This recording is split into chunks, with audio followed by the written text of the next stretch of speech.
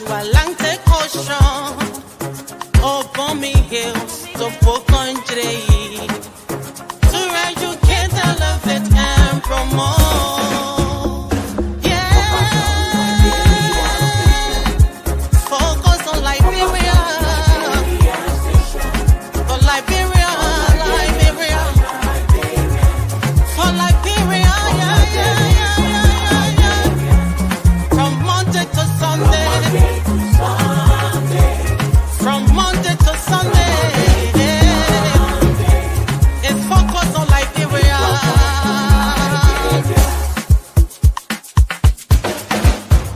Talk about home affairs, in Diaspora, current affairs, reliable information.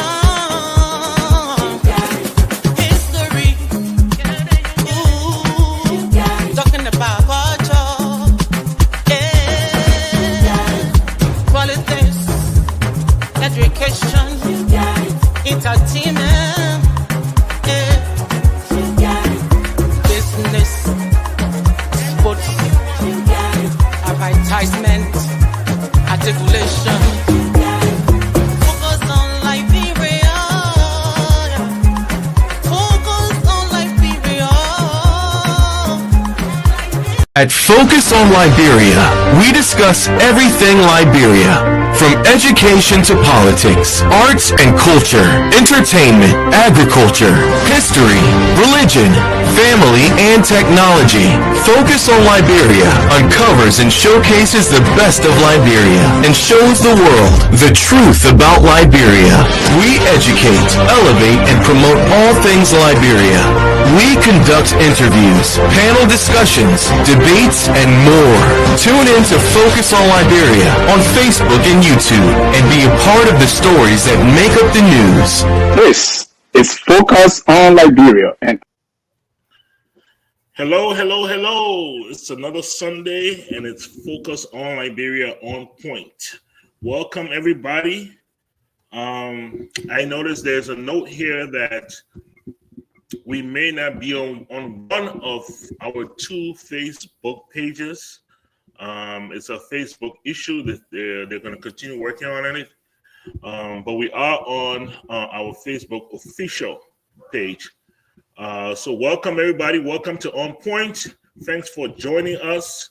Today we have our regular panelists with us. Let's just run through a little introduction here.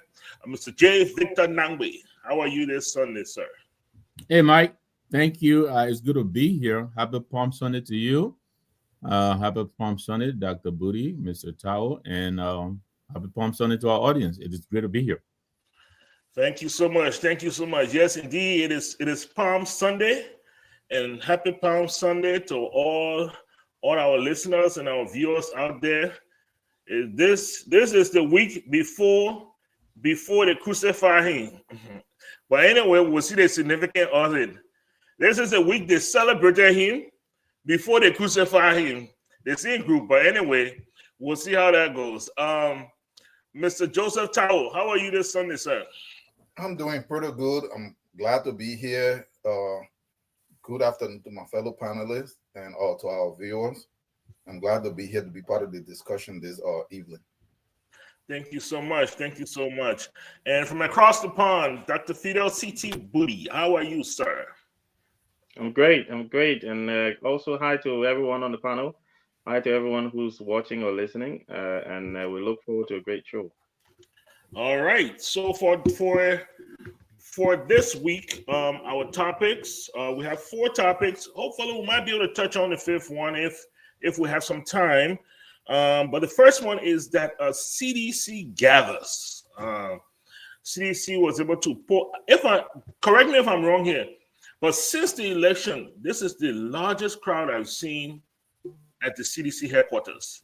For a minute there, they attempted several times to pull some crowd, and they were unsuccessful. In a year in, they were able to pull a huge crowd.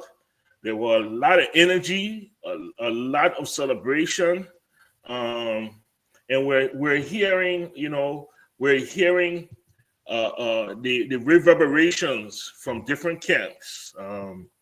We're hearing, is this going to be another CDC UP coming 2029? You know, where is ANC going to fall in all of this? You know, Union Party people are saying, oh, that's in that just show, man. You know, nothing really happening over there. But we'll see. We'll talk about it. We'll discuss it at length, and we'll see where we end up. The second one is April 14th, 1979, April 12th, 1980. It's been 45 years. We're just going to do a little bit of retrospect. I think this particular topic has been discussed ad nauseum, but I think the show would do it justice just to reflect on it, kind of reflect and retrospect a little bit, and see if what have been the gains, if it was positive, negative, like everything else that's happened in Liberia. Number three, of course, is there was this quote given by our finance minister, Guafan, where he says that we manage the country's banana, we can't be the monkeys. We'll talk about that. We'll see if we can define it, if we can identify the monkey and if they have already started eating the banana or not. And fourth, the legislature, the legislative saga continues. We expected the Honorable Court to give its ruling last week. It did not happen. There are rumors that the president appealed to the court behind closed doors to delay the ruling until he could. We're not sure if he was trying to make peace or if he was trying to get 49. We're not sure, but either or, the ruling has been delayed. We're looking to see if it's going to come this week, and let's see what will happen after that. Finally, the NIMA elections is gearing up. We see that the vice president has entered NIMA. So it is official where Unity Party stands in these NIMA elections. And, you know, there's a lot of discussions. People are quoting the law, you know, that the vice president has a right to indeed campaign. Others are saying, you know, will that further divide the country now that he has so significantly shown his hand, especially behind somebody who was one of the main orchestrators of the takedown or the attempted takedown or the initiation of two speakers in Liberia. So we will see. So glad to be here. I'd like to encourage you guys, please share the show, please. My friend is not your friend, and even though my friends might have it, but your friends may not. So please share the show. Happy Palm Sunday, everybody, and let's get this going. Mr. Nangwe, I'll kick off with you here on our topic number one. CDC gathers. I realize you're not a CDC man, are you? No, I'm not. Okay. What? I don't. Are you a United Party man? I come from the UPP. That's the United People's Party. Okay. But in this going election cycle, I supported the CPP. Okay. Yeah. Okay. All right. Okay. So what? I mean, you saw that crowd. You saw the cheering, the jeering, the singing, the chanting, and all this at the CDC headquarters. This is 1 year into Boycott's tenure. Should we make anything of this? Well, absolutely, Mike. I mean, politics is about numbers. So whenever you see, you know, numbers such as what we saw over the weekend, weekend, it should be concerning. I think the UP people should take notice.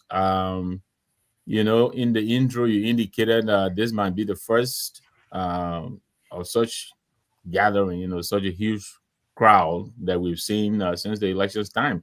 And I think you might be right. I think the conduct, the governance of this UP, I think is giving the CDC people cause for hope. And I think they are realizing that, you know, they might actually have a shot. I think in the initial days, you know, after the election, there was a lot of, you know, consternation, sadness, disappointment, all of that. But I think now with what they've seen over the past 12 months, I think they believe that they have a shot. And so what we saw, I think, was an expression of hope and aspiration. And I think they really believe that, President Weah may be able to oust, along with the CDC, might be able to oust the UP. But even though, I think this is pie in the sky. I think the CDC has had a chance. They blew it. I think La Brumbu are not that dumb. So I think this. Let me stop you here, because this is what at least I have been thinking about, right? Right. Okay, so Liberian people, it hasn't been that far. It hasn't been that long. They were very disappointed with the CDC. And I mean, we can all say that this government has not gotten off on the right foot. But there's a gravitation. It appears as if there's a gravitation back to the CDC.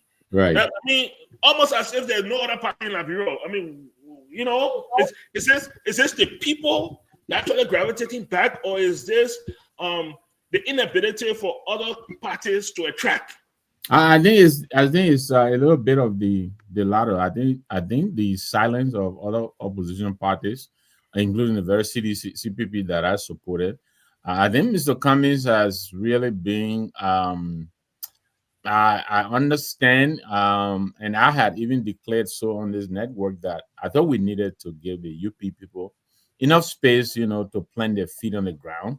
I think we've done that, and I think Mr. Cummings really needs to come out. I think he's coming out, but I think on the number of occasions that he has tried to come out, I think he's kind of falling short of expectation. He needs to come out with a bang. He is an opposition leader, Yeah, he needs to live up to the name and the expectation. So you're right. I think the CDC has been the loudest in the opposition community, and therefore many people see it as right now, the party that seems to be exhibiting the characteristics and the gravitas, to take on the UP government. And so for now, yes, absolutely. So I'm hoping the CDC, the CPP will begin to gather. And I think Musa Ability is making a lot of waves. There are a lot of us who are looking at it, including myself. I think Musa could be introducing a real substantive alternative to what we've had in the arena, over the past number of years. So yes, I think it's still too early, but notwithstanding, I think the opposition should be the opposition. That's who they are. Opposition is not. I mean, you're not an enemy. You're just an opposition. You disagree on strategies and methodologies. And I think there are a lot of wrong moves that this government has made that I think the opposition should have pointed out and should be pointing out, but they've gone silent. And so what we saw, I think, is hope and aspiration that people think now, at least someone has come up on the scene to challenge the yellow machine nonsense, to challenge the illegal removal of people who are tenured, to challenge this nonsense at the Capitol building over 6 months, paying these fools for no reason, for doing nothing, which is being enabled by the executive. And I am not even going to mess my words anymore. This executive is not just complicit, they are actually enabling this foolishness. And somebody needs to come out. And so kudos to the CDC. Let them help us do it. Thank you so much. Mr. Tao, you're one of those people that have advocated for true change in Liberia. When I say change, I mean real change. You want for us to scrub the whole thing and start from zero. To see the people that get that from there, the future CDC, to see the people gravitating back to them. I mean, is that the change that you're saying? Is that the change that we need? Or how does Liberia? What step do we take? Okay, so thank you very much for coming to being on this. This is the deception and the failure in the so-called multi-party democracy that has been imposed on us. Because you just asked the question, what changed just 8 months ago, or 12 months ago, or 13 months ago? This is it right here. You don't have an alternative. What you actually have is few guys through popularity. My brother Nangwe just said here that Cummings need to really step up, and each time he step up, he falls short. He falls short, right? It's not so much that Cummings really falls short. The political system that they gave us is based on popularity. Cummings is not popular. It doesn't matter what Cummings' message actually is, with respect to whether he's able to really deliver, whether he have real good intention. It's a popularity context. Ellen was able to win, at least narrowly won, because from her international so-called connection and all of this stuff, it garnered a lot of popularity for her. That is why you see Cummings try each time. He just people are beating him up. Why is Where play football? A lot of the youth, some were growing up when they used to see him, and some hear the news and they watch these things, and then with him already being there in power. So it's not so much, if you look at how we've been conditioned, right? It's not the outcome. It is how many people can say a lot of good things about a person that is like, how I put it, past glory. Mm-hmm. So the popularity and everything from that. To hand guys like Where power for him to run Liberia, no people in the right mind or the right political system would not give it to him. The guy didn't even manage his own house. I knew this guy. I saw him destroy the Lone Star. He couldn't even manage it. I was younger, but I was present at most of the when they were dressing most of the times. ERW, we hosted them over there. I used to scrimmage with them. On the ERW field, we have a whole camping area. They used to camp there. The team will be in a very good mood until we are arrived from Europe. Very divisive, destructive. This other person is not playing. Boy Charles, you're not playing. Prince Day, you are not playing. And there will be all this confusion in the camp. So most of the time, from like 1992 all the way till I left Liberia, when you saw Liberia, the team playing, there were a lot of commotions in the dressing room before they even made it to that field. Most of it was pushed by George Weah. So for you to take, that is why people didn't understand it. They thought it was jealousy. That, the George Weah 11, they're unfair, they're just, no, it was not jealousy. They saw how he ran, how he influenced the Lone Star negatively with respect to the team moving forward. Yes, he did some financial stuff, but when you're talking about the unity and bringing the team together, he couldn't even do it. So let me ask you a question. Because I hear you say system, and then I hear you say, Joey, I can't do this. Oh, yeah. I'm coming to this. Go ahead. But look at the people.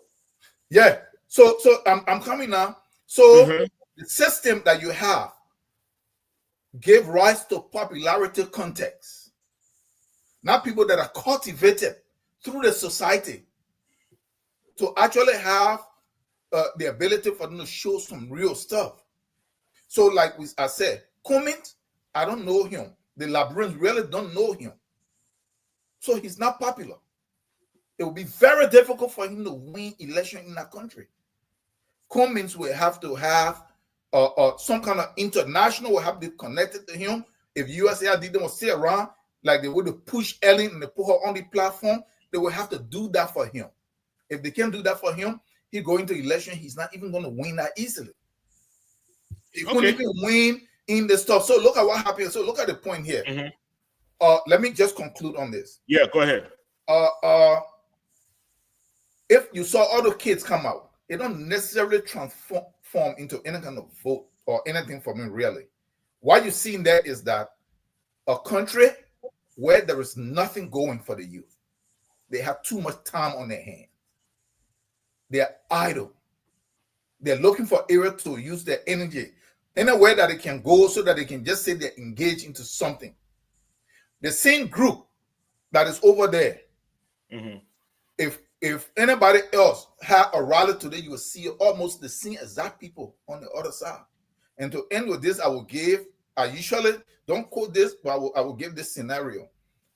Reagan gave a joke that they were having the Democratic convention, and there was a little kid there. He was selling some kittens, And he said, Democratic kittens here, buy some, Democratic kittens here. And then people bought some. Then a week later, the Republicans were having theirs. So the same kit was there. He was said, say Republican kittens here. So somebody stopped and said, hold on. Last week we saw you at the Democratic convention. They were Democratic kitten. The same cat now, he said, oh, because now they have their eyes open.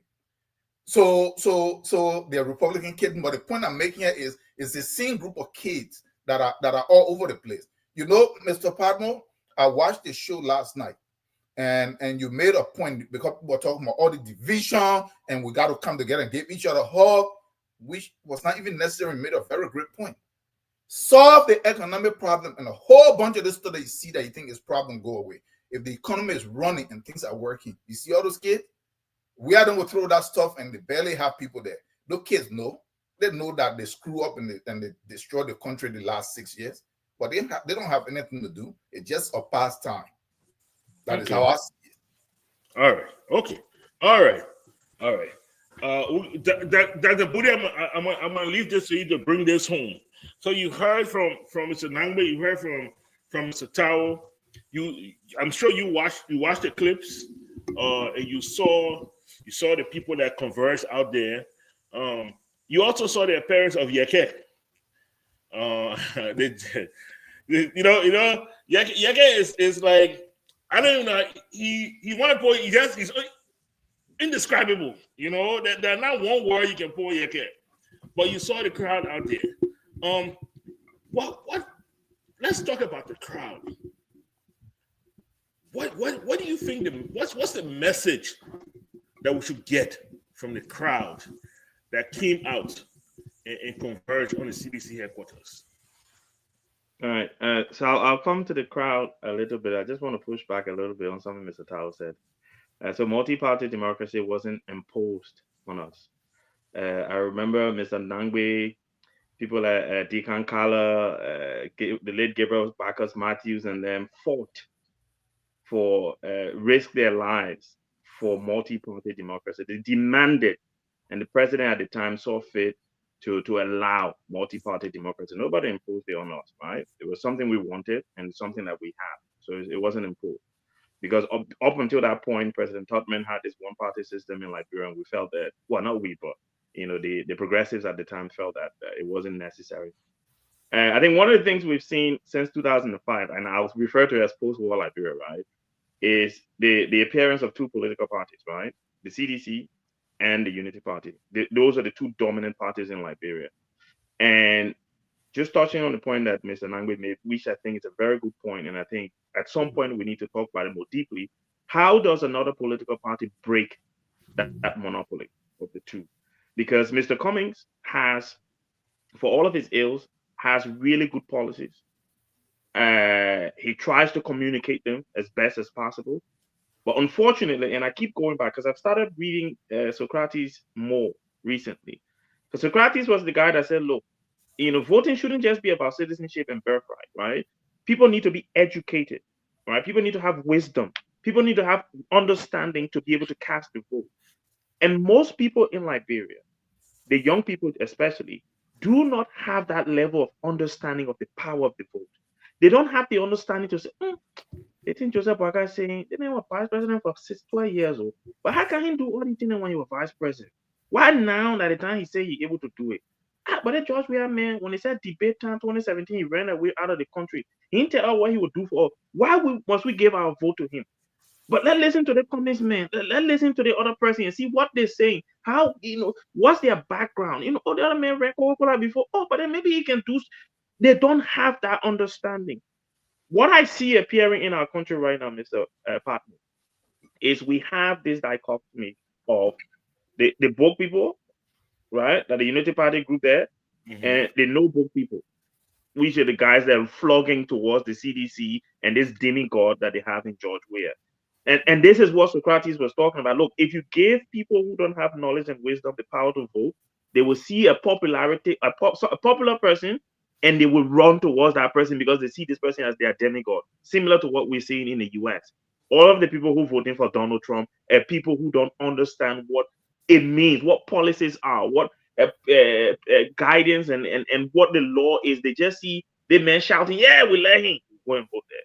What we need in Liberia, and I think what the ANC and the other political parties need to break this two-party monopoly is the need to conduct a comprehensive education of the people at the grassroots.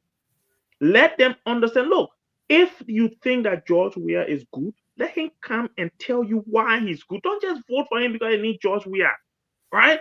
And you all who say up behind United Party, you don't just vote because, oh, that what time one can chop. Let most of the young people from United Party and in the street complaining they say they didn't get a job. Because at the end of the day, they're eating all the money, right? So at the end of the day, we need a comprehensive project in Liberia. And if the ANC or other political parties can come together and lead that, they will benefit from the fruit, right? They will benefit from the fruit of their labor, because at the end of the day, we will have a population. We've got what, 4 years to do that, robust education. And in 4 years' time, I believe we can educate our young people. We can educate our older people, our grandma in the villages, on the power of their vote. Don't just vote for Joe. We have got a crewman and you're from Grand Crew or you're from Sando County. No, vote for someone who comes and gives you a clear understanding of, look, here is my experience. Here is what I know to be broken in our country. This is how I'm going to fix it, right? And then you understand that. And until we can get there, unfortunately, the crowd, and I'm ending on the crowd now, the crowd that we saw is purely as a result of disenchantment. These people who are flogging to George Weah, they're enjoying from the new government, so they're there. So they say, let's go to our man George, because the thing they know. Because they believe that when he come back in power again, he will stack all of the ministries with a bunch of idiots who don't even know how to write their names, and they be collecting government paychecks.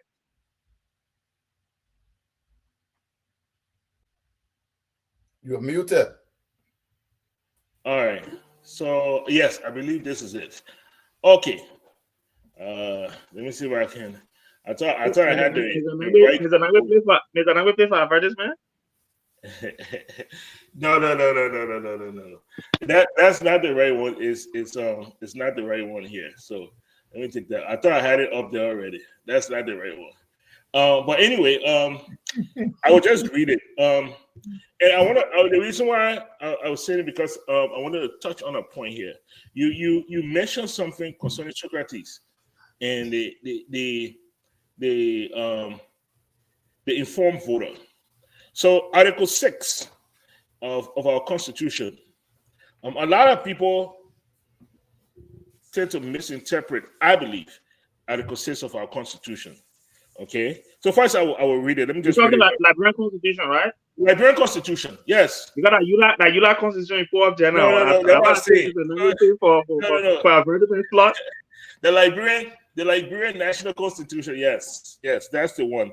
Article 6 says the Republic shall, because of the vital role assigned to the individual citizen under this Constitution for the social, economic, and political well-being of Liberia, provide equal access to educational opportunities and facilities.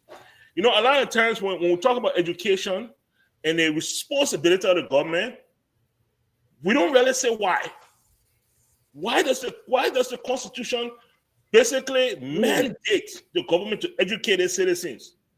It's not just for political, it's not just for economic well-being, but for political, so that they can make those sound decisions when the time comes. And I think we miss that a lot. You know, you need to educate the children need a hard job, the children need to be, but it's also that part, so that they can make sound, so that they don't look at somebody and say, when I was jail with a guy, and I saw how they got this and so thing, you know, now, why should I go back?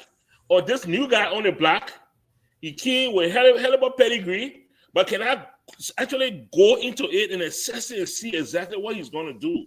You know, and some people might argue maybe that's why we keep our electorate ignorant. Oh no, that's why they outsourced for years. We've outsourced education to philanthropic groups and charities and religious organizations instead of the government investing to eradicate illiteracy. Because if they keep stupid, they will keep voting for George Weah. You know, and that's what you will see happening. All right. Okay. All right. So I mean, so we'll see what happens. We'll see if this is indeed just a fluke. We'll see if they are just disgruntled people, and we'll see what will happen when the yellow machine comes. Well, so we'll see. We'll see what happens. Is this the beginning of a switch? I remember 6 years ago, we're in the same position, and we started to see the people we used to call them disenchanted seditionists. That's what we used to call them. We are Shans disenchanted. We'll see if this is the beginning of the disenchanted, boycott people, sympathizers, voters, whatever you want to call it, because the party doesn't have real voters; they have sympathizers. A lot of people that voted for Joseph Boyka, they were not UP partisans, they sympathized. A lot of them were disenchanted seditionists. A lot of them were on the fence people that felt like we are needed to go. So we'll see if this is the mark of the beginning of the end of the Unity Party rule, consecutive rule, or is it just a fluke? We'll see how that goes. So let's see if we can go to our second topic here. Hold on 1 second here. I really wanted to move this. Towards the Constitution, but since it didn't come up, that's fine. So 45 years. I believe all of us here are over the age of 45. So even if we were picking, oh my God, really? Okay, Chief, no problem. All right. Speak for yourself. Some of us we're not 45 years. Speak for yourself. I haven't hit the full At 5 least we years. know, we'll get together, we know who to send. No, I think when Dr. Booty might be in that category. I will happily go if you send me. I will happily go. Who to send, we'll finally get together. Yeah. Okay. But much has been said, much has been written, much has been implied concerning the April 14 riots, rights riots, and the April 12th revolution. For me, I will tell you, I was a pretty young guy, and for the first, I'd say 10 years after those events, both of them almost seemed like it was the same thing to me. I don't know if it happened to people, I was less than 10 years old, okay? And it seemed like the same event. It was when I got much older and I started to read more and I started to listen to people more and ask questions. That's when I started realizing, okay, so this one happened, when they bust my favorite toy store in Waterside, Barrico. That was 1979. That was in 1980. When the soldiers came to our house, demanding my uncle because he was a government official. That one was 1980. That was. But anyway, that's my experience. It's been 45 years. Liberia was a very unsettled place 45 years ago. There was a cry from the majority for more from this government, more representation, more assimilation, more benefits, more progress. There was a huge cry for more. 45 years later, we see our country, we see our people, we see our government. We hear the cry. Looking back 45 years, I will intentionally end with Mr. Nangbe on this one. I will start with Mr. Tao. So Mr. Tao, 1979, 1980, 45 years later, looking back, what do you make of all? Okay. So first, I cannot talk about 1980 or 1979. We're talking about 1822, because what the foundation of 1822 led to 1979, 1980, and this is the problem that we are still having. the foundation was set very wrongly. We are talking about Dr. Booty just talked about that the missionaries education was delegated to philanthropists, to missionaries, and other people. That's that foundation. Because when the American Liberians came, they didn't have interest in engaging the population for them to even invest in them, because they didn't count them to be anything. They were meant to be dominated. So they didn't care. So that was some of the mistakes they made. So they really didn't invest in education. They didn't even invest in infrastructure other than the areas that they live. And this is what led to this. But what the progressive fought about, or at least agitated about, it was not multi-party democracy in a form that, no, it was to be represented, to participate, to be participant. The multi-party democracy listen to the West in any way. It is only Africa that you hear this term multi-party democracy. Let me stop you there. I want to ask you something. In Britain, we have multi-party democracy. Let me stop you for a second. Let me stop you there. You guys are really strange with your multi-party system in Great Britain, Chief. So, but we'll come to you. Multi-party. They whatever you want to call it, the people that came and formed Save my people. They didn't consider themselves American Liberian because they were not Americans. They have been denied citizenship. They were colonization society people. They were colonizers. No, wait, no, there are two different groups we're talking about. The people, the ACS, the ACS, and the people that establish a country and rule are two different groups. So let's focus. Let's focus here. We're not talking on the ACS, but we're talking about Joseph General, right? Joseph General, Stephen Ali Benson, yeah, that whole song. So you said the way they establish the government. At that time, there was no other government, official government in Liberia, in Africa, right? That they could. No, it's not true. Wait. Let me finish, Chief.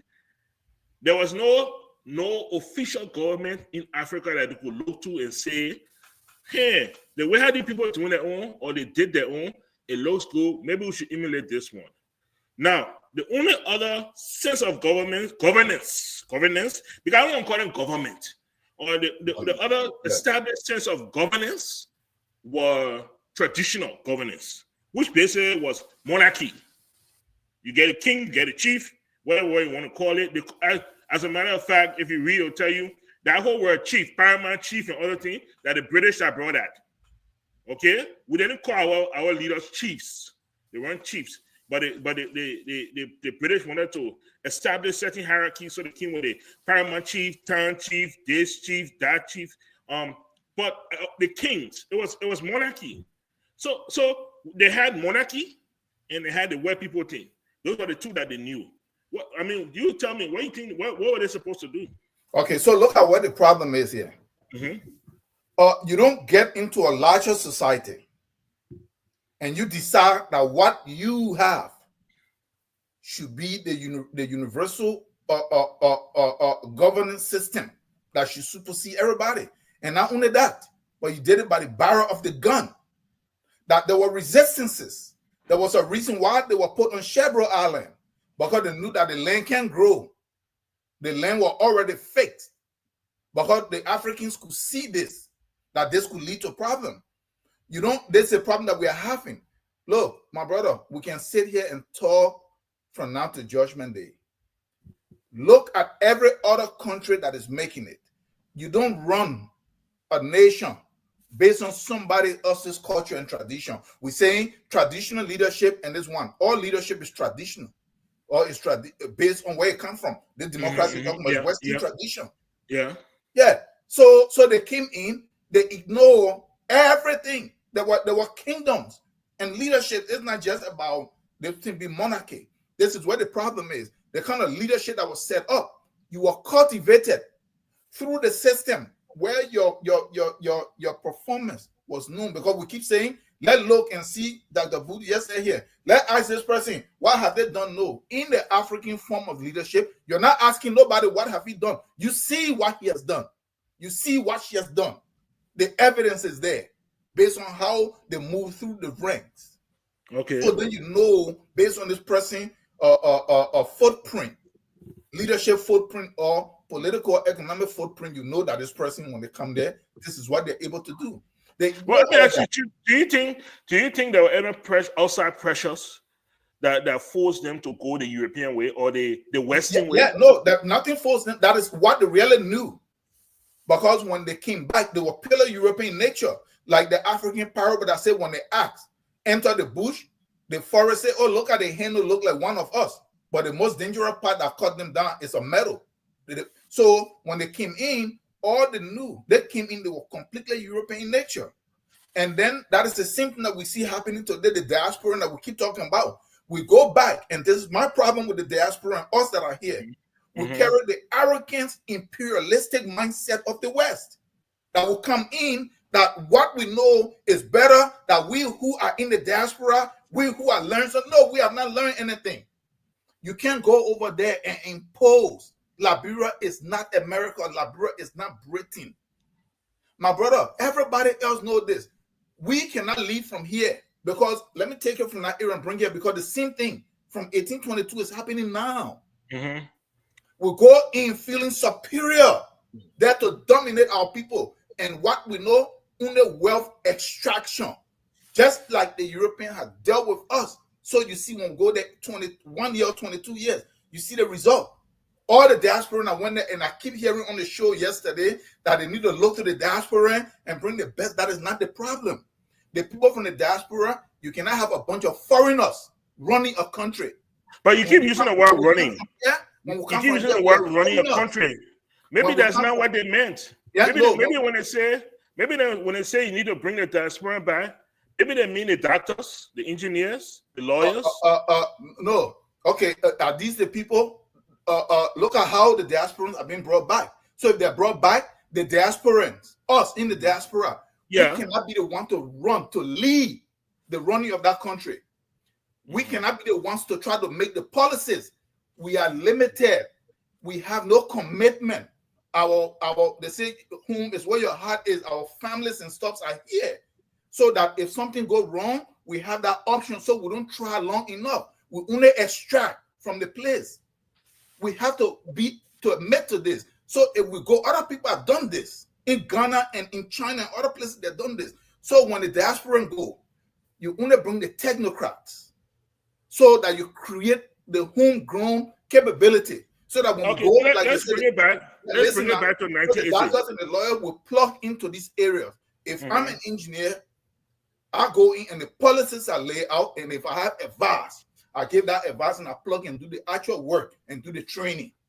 If you're a doctor, you go and you place you at JFK and you know the expertise, you do the work, but you cannot be the one. And that is the problem we're having. We have people that are foreigners are in charge of the government from the top down. So they have no desire because you have this option right here that is in the US. Look, my brother, am I lying? From Ellington. Diaspora is not diaspora now. No, each time. It's not diaspora. Diaspora Lawrence is not diaspora. Diaspora dominate in larger areas. So that every time the government ceases to work or we lose our job, what do? We pack up and we come back. So you see, that's a problem right there. So if we have that option, what's going to really drive us that we must make it to work to put our So bring it back to 1980 now. Okay, so from 1980, but it is the same thing. The 1980, how did it start? It was diasporans, the Bacchus Mafia, the Baron Star, all of these guys, they came from the diaspora. Yes, that needed to be changed, but this is what happened here. When they needed to make the change, what was their intention? Where did they intend on moving Liberia? Because remember, we have to establish a foundation that the reason that we're in that problem is because we are practicing something that is not common to us. It don't mean good things are not in it all, but you can't take a pants and you try to wear a skirt. even though it's two things that you can put on, but you have to tailor it, you have to restructure it. So when they came in, how did they really intend? Okay, if the Congo people are doing all this stuff, dealing with the same IMF, the World Bank, the US, the British, that was leading all this stuff, and you are coming in, where did you intend on leading Liberia? No question was never answered. They were leading Liberia right back into the same area, into the same US, and that is not the solution. And so once they push, whether it was through the enlisted men or whatever, and they took over, because people will say that, oh, you know, the progressive did not take over yet. The progressive was the people that were the architect behind the government. The Basel Mafia immediately, they were there. They were the one that naming these people, Redemption Council, all of this stuff. They were influential in there. But what happened? They could not even agree among themselves. They had all kinds of factions. What did we see? I was very young. 1 minute Bible would show up. He's speaking big English. Everybody have dictionary as my uncle them. Then Sawyer then would show up. Then Tipo then would show up. So it became a flamboyant kind of show. They didn't even know what they really wanted to do. So okay, all right, okay. Let me get a couple of other views here, because I know I'll get other views. I'm gonna let Dr. Booty come in. God, I know he wants to push back. Dr. Booty, let him push back. Okay, after you are done pushing back, okay, because I don't want for us to lose track of what we're discussing here. 1979, 1980, the people desire change, and they desire it swiftly, right? And change came, and it came very swiftly. 45 years later, looking back, what say you? All right, so let me just help you understand why the free slaves that came to Liberia are referred to as Americo-Liberian. So they themselves, so I'm just going to read one line from the Declaration of Independence, the second paragraph of the Declaration of Independence, written, I think it was Hillary Teach that wrote it, right? Yeah. And the paragraph, the sentence I want to read, it says first, it's half of a sentence. It says first. No, why don't you read the whole sentence, please? Sorry? No, if you want me to read the whole paragraph, I can read the whole paragraph. If I have the time. It's time. No, okay, let me read the whole sentence. Okay, wait. The sentence is a very long one. I think it's the entire. Okay. While announcing to the nations of the world the new position which the people of this republic have felt themselves called upon to assume, courtesy to their opinion seems to demand a brief accompanying statement of the causes which induced them. And this is the one I want to read. First, to expatriate themselves from the land of their nativity, to form settlements on this barbarous coast, and now to organize their government by the assumption of a sovereign and independent character, right? Expatriate themselves from the land of their nativity. That's one, right? They felt that the United States was the land of their nativity, hence the connection. Secondly, when they came to Liberia, most of them were born in the US and were considered, even though the 14th Amendment hadn't been passed yet, were still considered American citizens. They were free men, most of them, and they could participate in activities in the US. Thirdly, these guys also adopted the American system of living, the way they dressed, the way they spoke to people, the way they interacted was pretty much America. They just talk it, Mr. Padmo.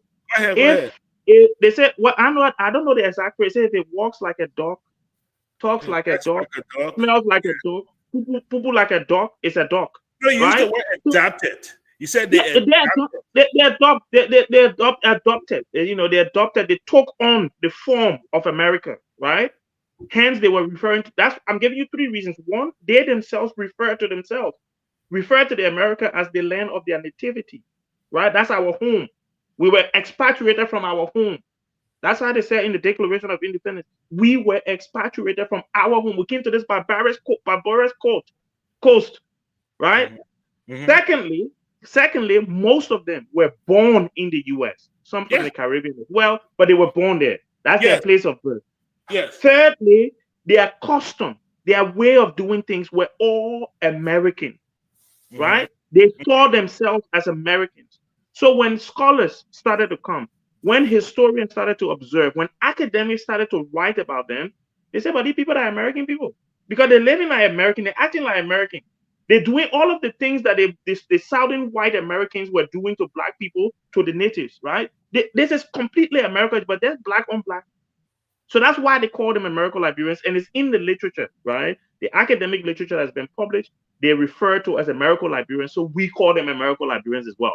So until you can go and write a new set of literature, Mr. Padmo, that then debunked this whole American Liberian terminology, we will keep calling them American Liberian. Okay. That's what the first thing I want to clarify, because you asked Mr. Padmo, oh, they're not American Liberian. So let's clarify I that. said they didn't call themselves that They term. are American Liberian. Okay, go ahead. Give you the evidence. All right, go Now, ahead. let's come to 19.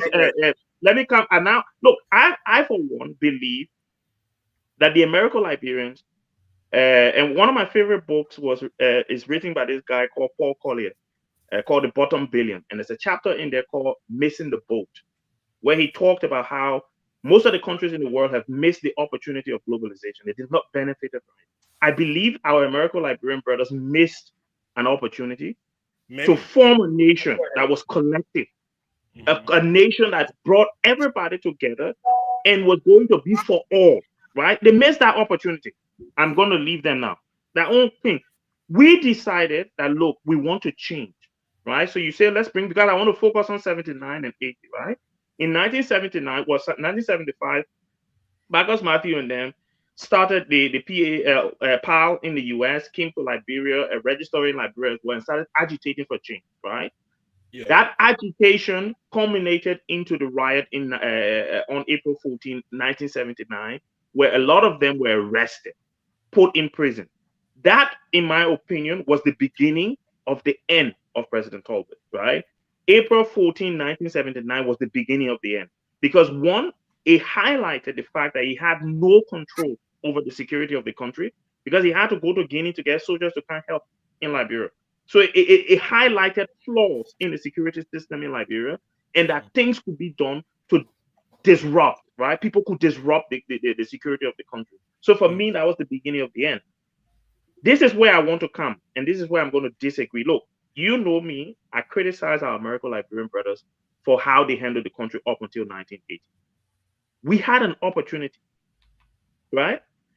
The native guys that came in, the progressives and the so-called whatever that came in 1980, after they killed our president, right? After they killed President Talbot, and decided to slaughter 13 other people that they felt were culpable for most of the misdealings that we talk about under American Liberian leadership in Liberia. We had an opportunity to change direction, right? They had the opportunity to change the direction of the country, to make it more fairer, to make it more inclusive, to make it work for the ordinary Liberian people. I gave you an example, Fidel Castro, and not just because I'm named after him. When he took over in the 1960s, right, he transformed the Cuban society. He made it fairer. He made it accessible for. Oh, that's debatable. But go well, ahead. I've been there. I've seen, under the day, ministers. I've seen how ministers live. I've seen how the common people live. There's not much difference between them, right? If the U.S. hadn't put the embargo if you guys hadn't put the embargo you put on them for all these years, Cuba would be a complete different country, or what would have been a complete different country under Fidel. In terms of equality, they've got one of the best doctors in the world.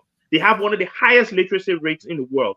Before Fidel Castro, people, the peasants and ordinary people in Cuba couldn't even go to school, right? People were dying from treatable illnesses. Now you go, a friend of mine, I traveled to Cuba, free medical operation she had done free. Something that you go up in America, you pay thousands and thousands of dollars for, right? So that debate, we can have it offline. The point I'm trying to make here is, look, the leaders that we had in 1980 did not take the opportunity that was in front of them. They had the opportunity to change direction. When you said the opportunity to make the country fair. They had the opportunity to bring free education to all Liberians, right? So that we can have an educated population, so that they don't keep voting for people like George Weah, right? They had that opportunity. They had the opportunity to codify in our constitution all of the rights that were missing before 1980, right? For example, customary land rights, which we just only had in 2018. For example, giving rural communities the opportunity to negotiate with concessionaires when it comes to Liberia so that they benefit from the extraction, right? For example, investing in good healthcare in Liberia. For example, investing in agriculture so that we feed ourselves. They had all of those opportunities. They didn't do it. They start stealing money. They start doing worse than the people who were there before them. We can't keep blaming the Congo people for that one. They did their own. We hold them responsible for their own they did. But once these guys came in 1980, they had an opportunity to change course, and they became even worse than the people who were there before them. Let me ask you one Trump question. went to Nima Kante to- Before I bring Nangme in, let me ask you one question. So I listened to Mr. Tao. Mr. Tao said, the people that came, the people that formed the country, they came from America, they brought America with them, right? To form, and they tried to bring America into Africa and form America there, or that form of government and stuff like that. The people that took over 1980, right, had no affiliation to that, right? These were traditional people. They are going to the Sunday bush, they are going to the Pearl Society, they are live under chiefs and all these things, right? And they had an opportunity to install that form of government, that sense of governance. What happened? No, but that's the point I'm trying to make. They missed the opportunity. It was greed, right? These guys came in and wanted to steal for themselves. They wanted to enrich themselves and their kinsmen. They came in and didn't think about the ordinary people and how they could make the society fair and beneficiary for everyone. All they saw was money.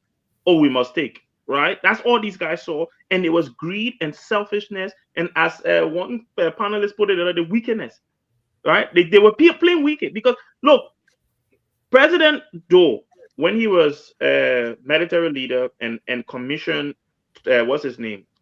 Sawyer, the late Dr. Sawyer, to write the new constitution.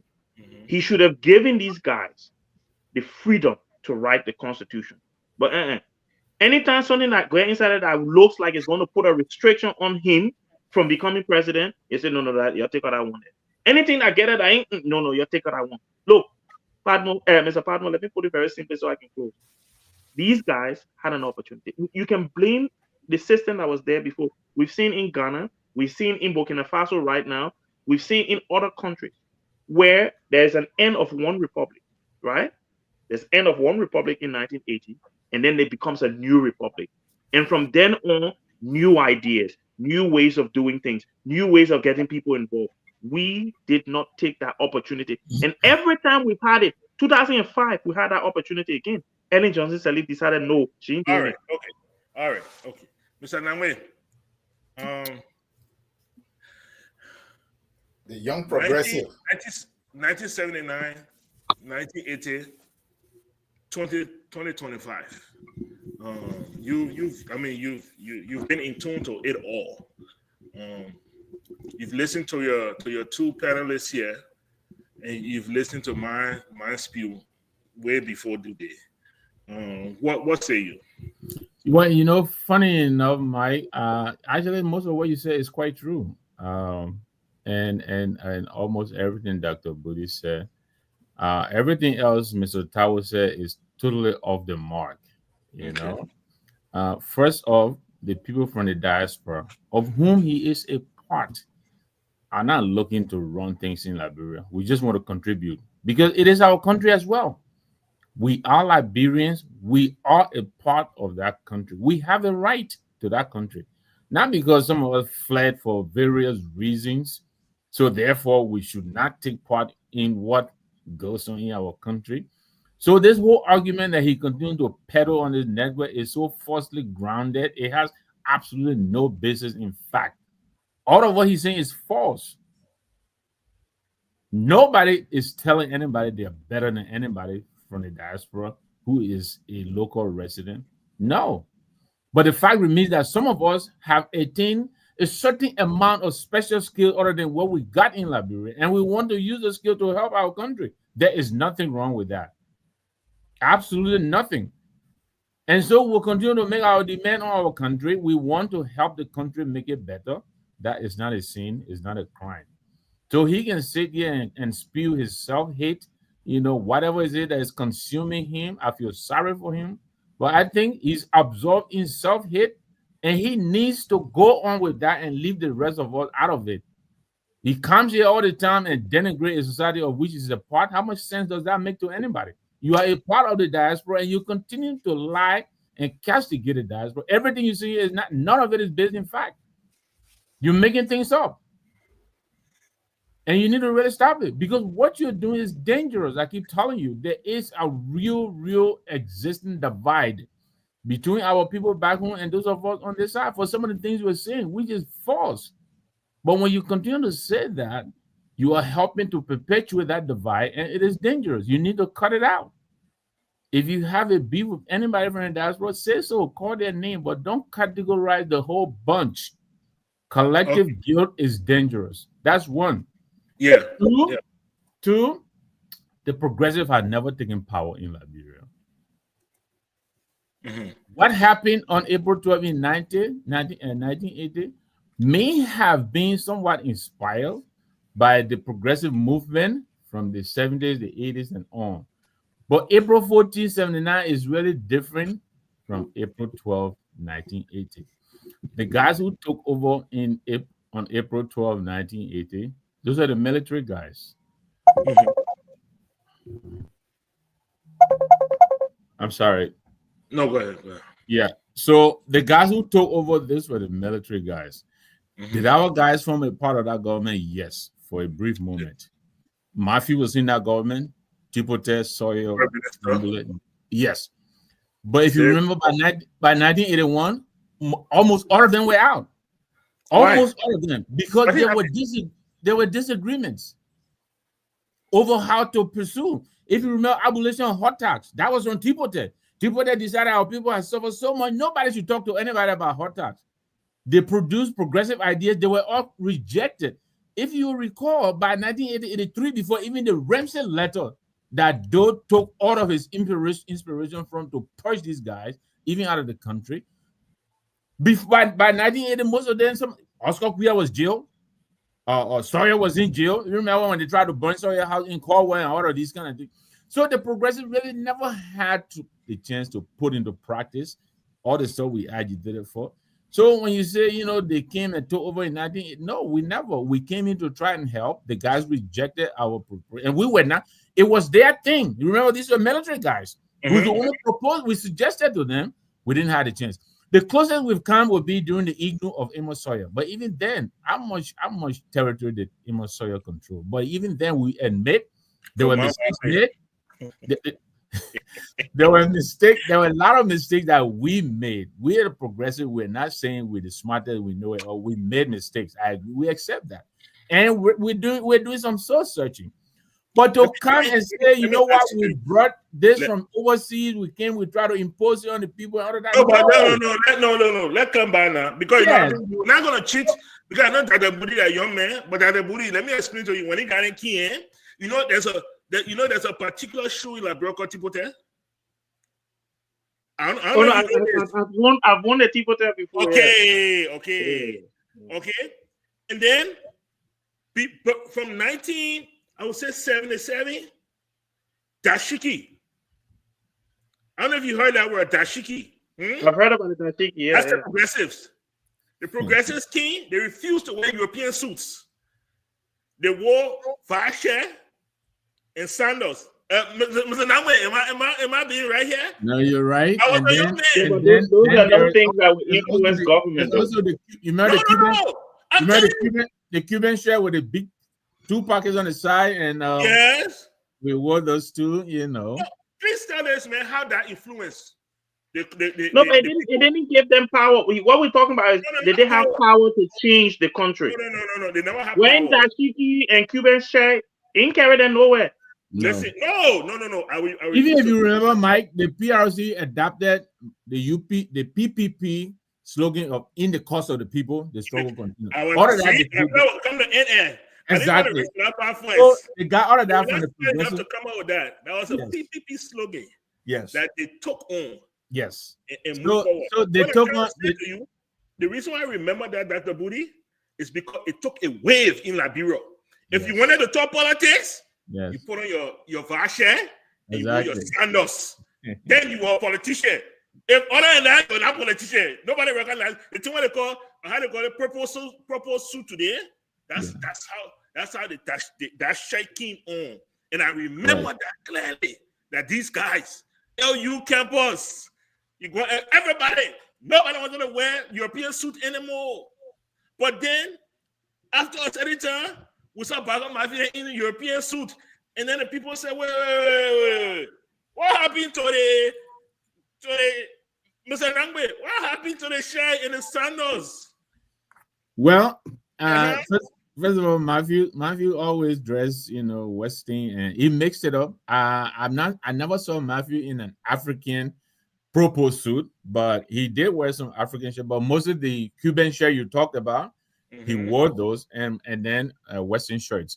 But yeah, you're right. A number of us, let's see, are the progressives of the 70s the same as the progressives of today? Are you all still fighting for the same cause? If not, what are the progressive, neo-progressive cause? So let me answer that real quickly. Yeah, go right ahead. That's how I put it there. Yeah, what we fought for is what Dr. Budi already indicated, which Mr. Tao said we impose on the people. Look, yesterday, Mike, we were talking, and you said there was the existence of multi-party democracy. You're right. There was this pattern, a little bit of it here up to 1955. When Dito 2 Endo guys were so successfully crushed. From 55 all the way to 1980, it was a TWP dominance. There was nothing like more. There was a one-party system. And so when the guys came in, 75, 76, and all of that, they wanted to reintroduce the multi-party democracy, and that's what we fought for. So by the PRC time after 1980, even the PRC banned, the PPP was banned by Doe. Oh yeah. Before we became UPP, they went after us. They don't left that ban. Now you became UPP. No, that's how we had to find a UPP. So I saw factual to answer the question. Some of the progressives are the same progressives from yesterday. I mean, Dr. Tipo there is still here, though he's quiet now, but the guys that one I keep coming here and I'm expressing my frustration. Anthony Kessley, and Larry Toba, who I met 2 weekends ago, Samuel Kofi Woods, Deacon Carter, so Blamo Nelson. Some of the progressives are still here. Some are in the government. Some are close to the president and advising the president. But some of us that are from the progressive community are in the government, but there are some of us who are not. So, but yeah, our fight was the multi-party democracy. So we think the next frontier now is what Dr. Budi alluded to from the civics, introduction, Socrates. Did you say Socrates or Plato? Okay. The citizenry now, we think we have a responsibility to help them discern the issue. They should understand what the issues are. We shouldn't run behind Josh. I like Josh Weir. Don't get me wrong. He's a good football player, but he's not a leader. He's the bad leader. Let's close with this. Because I gotta move to our next topic here. No, Mr. Tao, put your hand down, man. One second, Mr. Tao. Let me close with Nangwe here, and then I'll give you 30 seconds. For you to, we're not going to turn into a Tao Budi show here. It's not going to happen. I'm not talking. Myself knocking it down already. I'm talking. Or a Tao Nangwe show either. We're not going to do that. But Mr. Nangwe, I ask you one question. Yes. So we saw the desire of the people for change, right? And then we saw a takeover, right? By what I mean, all of us here with everything we can say that these people were not ready for prime time, right? The PRC government was not ready for prime time. They were not. Yes. Once again, we see the desire for the people calling for change. Yes. And we see them turn into a group that many people will say is not ready for prime time. How do we break out of this? It's you say you are not going to say anything, Mr. Budi. One 30 seconds now. Got our prime time. Is that for me or Mr. No, for you, that way, please. So how we break out of that? You guys are one of the direct victims of this because you guys put for the change, right? Yes. But the people like that took advantage. They have hijacked. Yes, absolutely. Yes. Look, you're right. Do Kim and hijack our thing. Taylor King, he hijacked our thing. Ellen Johnson King, she hijacked our thing. We are King, he hijacked our. You understand me? So I understand what you're saying. How do we break out of it?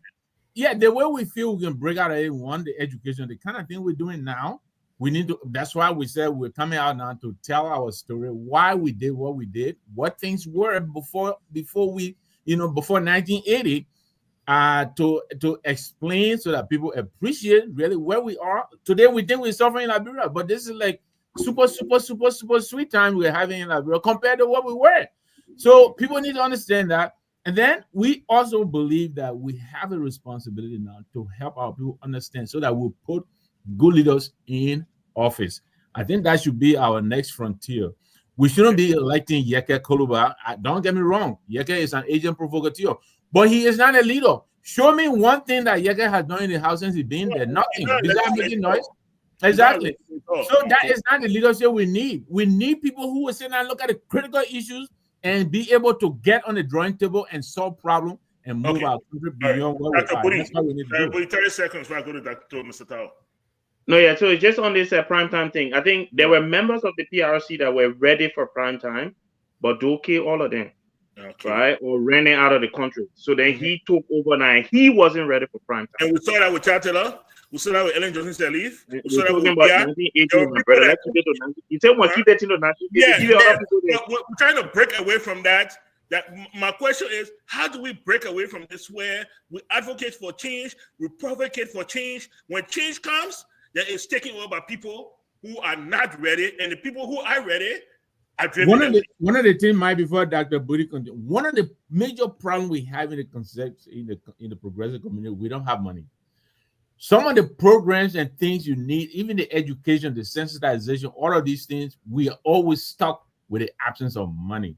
We need money to be able to propagate our message, print our we don't have that. We're always looking for resources, and that is a major problem. Who's a print a leaflet for? No, let me answer that question. When some person that CIA. I'll go and knock on your door tomorrow. Please tell please go ahead. So how do we break away? How do we break out of this?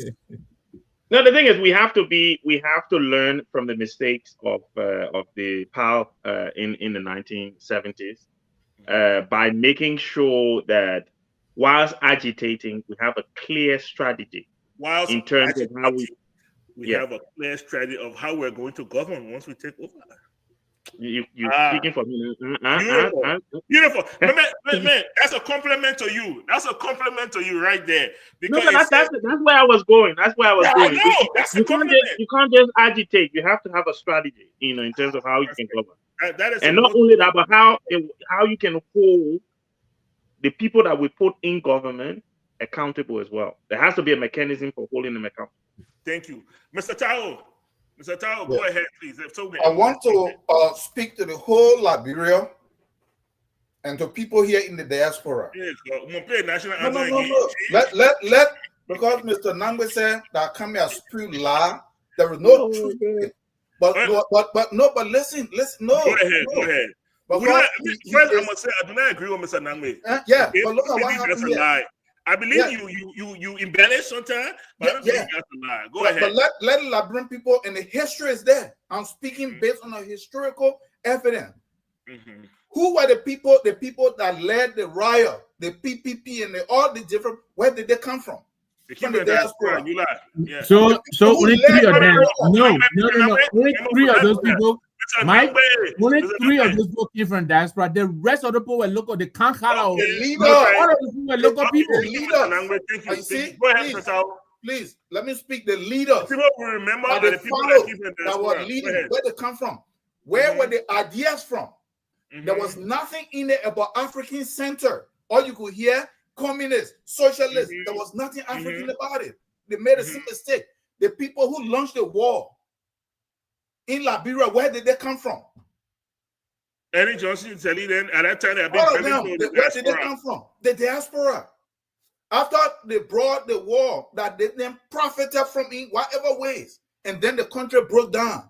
When the country now, 2005, the opportunity that they had, over 90% of the so-called people that knew something to now set the country on its right course from 2006. Where did they come from? The diaspora. The high salaries that we are stuck with today, how did they come about?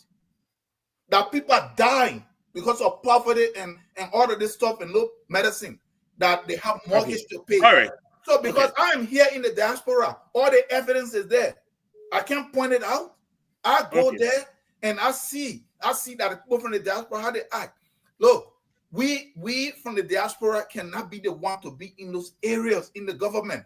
Technocrats Mr. Tao, yeah, we can go and lend our technical support, but we have to be able to build homegrown capacity.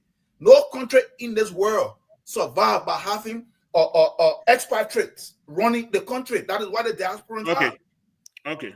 This is the truth. Okay. The evidence is there. Thank you. And the behavior of the diasporans all through the 3 stations that are named, the outcome, that's the effect that we are feeling. And because I'm here, so if I mention if I may just have 5 seconds, Mike. We're not turning this into a Namwe show. No, just 5 seconds. Yeah, I'm pointing out the truth. You can speak to both. You can speak to both things. All right. Yeah, okay. We're not do that. We are not going to do that. Okay. So thank you so much, Mr. Tower. I respect your version or your perception of what is, because it is your perception, it is your version. It's what you have experienced. It's what you have seen. No, that is what I've experienced. Yes. So I respect that, and I respect the ability for Mr. Namwe to state what he has seen and what he has experienced, as well as Dr. Booty. And so with that, we'll move forward. Okay. So number 3, the third topic here we're talking about the Minister of Finance. I don't even know if you call him man from the diaspora, but he was educated, in Liberia. He went away for schooling. He came back. He worked in the government. When the government was removed, he went back. He worked in the diaspora, and he's been called back to do some stuff here in Liberia as Minister of Finance. He made a statement, and basically what he said was that we look at it. I want to quote directly. So he said, "We manage the country's banana. We cannot be the monkeys." I don't know what we cannot be, or I don't know if it should be saying we cannot be anymore, or even if you're the monkey, should you still exercise some level of responsibility and accountability? I don't even understand this thing. The first thing he calling you, referring to us as monkeys. I don't know. It's just going so many directions. Dr. Booty, yeah, I'll let you take a stab at that first. Well, I think, to be honest, you have to try and understand what he's trying to say. And I don't think I understand what he's trying to say, right? Because at the end of the day, if he's saying that, okay, we're the zookeepers and the librarian people are the monkeys, then that's very disrespectful, because I'm not a monkey, right? If he's saying that we're all monkeys, but we have to act like we're not monkeys since we are the ones guiding the banana, then I think I get where he's going. Look, at the end of the day, I think what he's trying to say is something similar to what Prince Johnson said at some point, that the gun that liberates cannot rule, kind of thing, right? Yeah. So I think that's where he's trying to go, but he just said it very stupidly. Yeah, he said it very stupidly. At the end of the day, I don't think, and this is just my personal opinion, that it was, and I think your question that is he a diasporan? Yeah, he is a diasporan because he was in Uganda or something like that, and then came back to Liberia to work. And I don't believe, the same thing with like Gregory Coleman, for example, the same thing with people like Kofi Woods, and almost everyone that this president brought back into government should not have been brought back, right? There are individuals in government who have been there since 2000 something.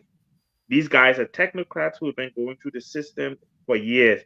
Promote some of them, right? That's what people do in the West. Like most countries, you promote private organizations. The reason they succeed is they bring people through the ranks, and then there's a line of succession, right? So somebody else comes in and take. Well, you can't go bring old ideas back. This guy ran Salif's finance ministry. They didn't do much good for the Liberian people, right? They didn't do much good for the Liberian people. Huh? She actually removed. No, I know she did, but his whatever he was doing did not benefit the ordinary Liberian people. So why do we think that now the same things that he was doing that didn't benefit us will benefit us now? Right? I don't get the logic. But Adebudi, let's be serious. You see, I mean, if you now put the Gafan there, you put a technocrat there. You think when you send to the technocrat and say, "Oh, we're done with the budget," you say, "Yeah, okay, send a budget to Kum." And the technocrat look at you and say, we're not supposed to do that. Why am I going to do that? But when you send to Gafan and you say, "Gafan, send a budget to Kum," Gafan will send a budget to Kum. But that's my point, right? And that is the point. The reason he was brought back is because he would do whatever the president says. But that's not what we need. We need people who can deliver for the Liberian people. Right? The reasons I believe that President Weah failed so miserably is not because he's inept entirely. He is a bit inept. Well, not entirely. What he did was surrounded himself with a bunch of yes men and sycophants who will do whatever he tells them to do. He doesn't know what he's doing, and he's telling people to do things that he doesn't know. If he had surrounded himself with individuals that knew what they were doing and allowed them to run the country in the right way, Liberia would have been slightly better off under Weah than they ended up becoming. Because at the end of the day, you would have had the right people in the right places doing the right things. He didn't. And this president is doing the exact same thing. So whatever Gafan is saying there, I don't even think he understands himself. So I wouldn't try to hurt my head by trying to discern what he's trying to say. So he was talking to people. So it's okay. It's okay. Mr. Nangwe, we are the monkeys managing the banana. Where the hell you said that either? What? How do you explain this, Steve? Before I get to that quickly, I didn't have a chance. I'll quickly let Mr. Tao know. The leaders of PAL were only three of them that came from the diaspora. Matthews, Queer, and Sam Jackson. Sam Jackson is still in Monrovia. Unfortunately, we lost the two. So to say that they came from here and carried the foreign idealism, socialism, communism, that's the same nonsense though, and the people were telling us that's what they banned us. We were not socialists. All the people came from America. They came back there with capitalist ideas. All they wanted was a free space. And you're speaking for power, right? So no, I just want to make sure who you're speaking for. Yeah. Because here's the thing. To be in all fairness to you, Mr. Nambi, sometimes when you speak, people think you are representing the entire progressive movement. You are not, right? No, I'm not. No, so I'm not. But our message is one and the same. So any of us who speak, we're propagating the message. And I speak for my brothers and sisters who don't have the opportunity to be where I am here today. Because when people talk about socialist, I remember going to LU, and we're part of Comrie. Yeah, and that's the same allegation Doe levied against us. That's why he banned PPP. And it is not true. That's John Ramsey's nonsense. But I also wanted to say the reason. Have some respect for the dead, please. The reason why.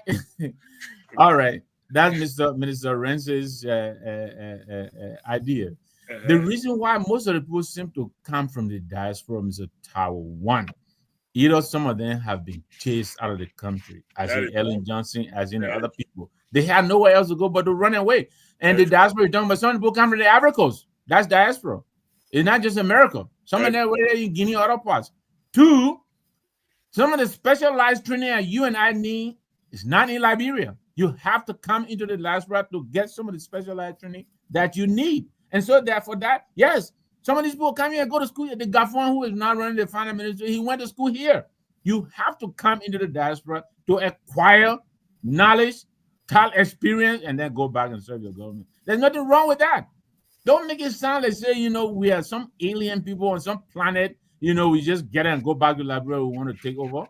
There are a lot of people in Liberia who did not come from the diaspora, who are not doing the messing up the government. The very president of the Port of Liberia did not come from the diaspora. The vice president, there are a lot of them who did not come. So I keep telling you, when you're talking, be specific. Yes, some of our diaspora brothers and sisters have gone home and messed up. That is true. But there are also equal number of our local brothers and sisters who have also messed up. You should say so too. Then I will leave you alone. But every time you come here, you leave the blame on the diaspora. I to say we are the worst kind in the whole republic. That is false. Okay. It's not true. But coming to Gaffron, let me tell you, I did not go to LU with Gaffron, but he went to school with some of my, he was junior brother to most of my friends. Edward Farley, they are in Monrovia. I understand he comes from the student, activist community. He is supposed to, what should I say, the orientation necessary, progressive orientation, understand the suffering of our people. He comes from a poor community. But I have to say, I'm really, I'm kind of, I think I'm being let down by his performance since he came in. Yeah, he just came in not too long ago. But I think he's been there long enough to begin to show some promise. I'm not seeing it. The U.S. top order, we all know here his reaction to the cut in aid to Liberia. What did he say? People should pray. I'm not sure, prayer is good. But to the extent that it will be a solution to economic problems, I don't understand that. So now he's making all this other comment about monkey. I'm on the side with Dr. Booty. I can't tell you I understand what he's talking about. What does it mean? And I agree with the amendment that you added. Does it mean to stop eating the banana? So I don't understand that. But I'm sorry. So yeah, I will leave it there. I don't understand what Gaffron is, except to say that I am yet to see. He was much heralded. There was a lot of praise for him before he came to the ministry. But I haven't really seen him do much that would deserve the kind of praise that people showered on him before he came to the ministry. But we'll see what will happen. Mr. Tao, I'm gonna put this on your lap, and I'm gonna give you 3 minutes to go ahead with your diatribe, and then I will cut you off. Gaffron, you could say member of the diaspora community in some respects. The country needed a finance minister. They turned to him. You go, yo, Gaffron, everything will be great. When Gaffron, everything will be good. They brought him from out of the country. They brought him in. Now he's talking about monkey and banana. Where are we going with this? Yeah. So look at what happened here. I'm not surprised. I was the same way that when I point something out, because I'm not a politician. I don't know how to pretend to want to so-called be diplomatic when these things come. When I mentioned that Gaffron could not do anything for Liberia, I was told here that I talk so brashly. I need to give chance, and I mentioned this here when he came back. But look, before I go into that, I don't want for my brother Nambo to leave me alone. I want for him to continue to hammer me, and because I myself, I will not leave the diaspora Liberians alone. I don't care about which Liberian in Liberia that commit corruption there. Us from the diaspora, we say we know better. We say we are more educated. We say we are more trained. So when we go to Liberia, let's demonstrate that. And Mr. Nangwe, my brother that is linked with Yola, this is where I will call on him and I will admonish him for the Yola group, that it should start a movement here. That if a Liberian go to Liberia and you say you want to go serve in the government, that's fine. But if you are caught up into stuff there and you carry on practices that are harmful, we should advocate here in the US so you can get arrested here in charge. There's actually a law. Yes. There's actually a US where law. We need to be. So that if Mr. Tao is leaving from here and he said he's going for him to go be director, he knows that since Liberia cannot hold you responsible, he knows that there is repercussion here in the US. Guess what? I will be on my best behavior, and if I know that I cannot be honest, I don't go. I agree. That is I agree. You beyond you laugh. I think every let us hold ourselves responsible here because we are claiming the moral high ground. This is where I am. I don't think anybody. If we start to set that particular stage, guess what? The people in Liberia look up to us. They will start following. But we can't try to make the argument that the other guy in Liberia stole too. So the other guy stole too. Let's talk so. No, I'm not talking so. I'm talking so. Okay. I'm going to point out the people that we have control over. We are here in the US. Let us hold each other responsible here. Your 3 minutes are no better. But look, when it comes to the Gaffron stuff, Gaffron cannot do anything. He cannot, if we know how the countries are structured and how the countries are set up, What is it that you're really going to do? Liberia have no industry. Liberia have no way of really generating any income. In 2005, 2006, the World Bank and the IMF carried out, and I will point it out in the same way that I'm being talked to here today that, I didn't know what I was talking about because I've already studied the debt forgiveness, that it was a scam. This is where Liberia found itself.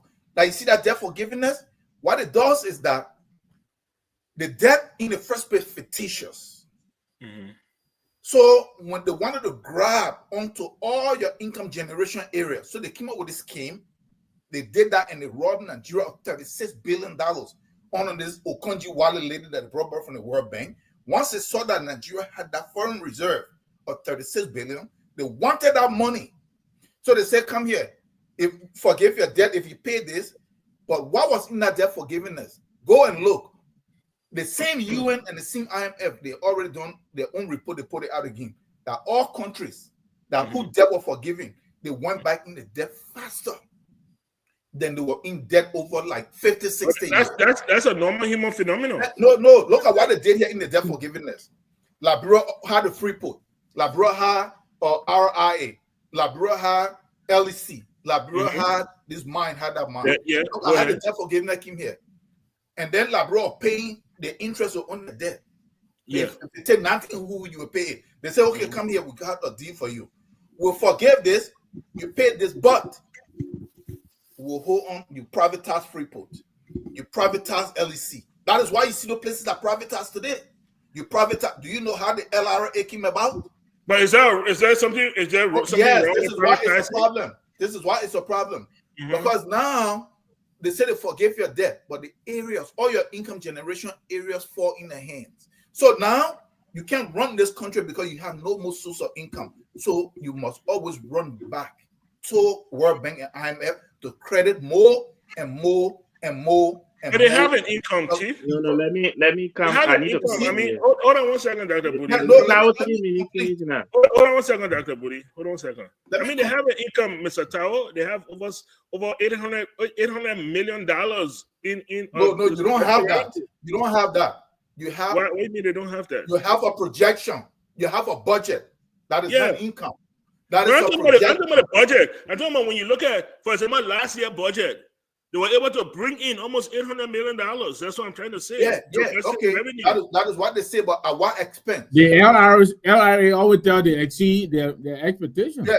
No, the budget of yes, the LRA always did. All right. So let's go back to Let me conclude. Let me conclude now. So this is where we are.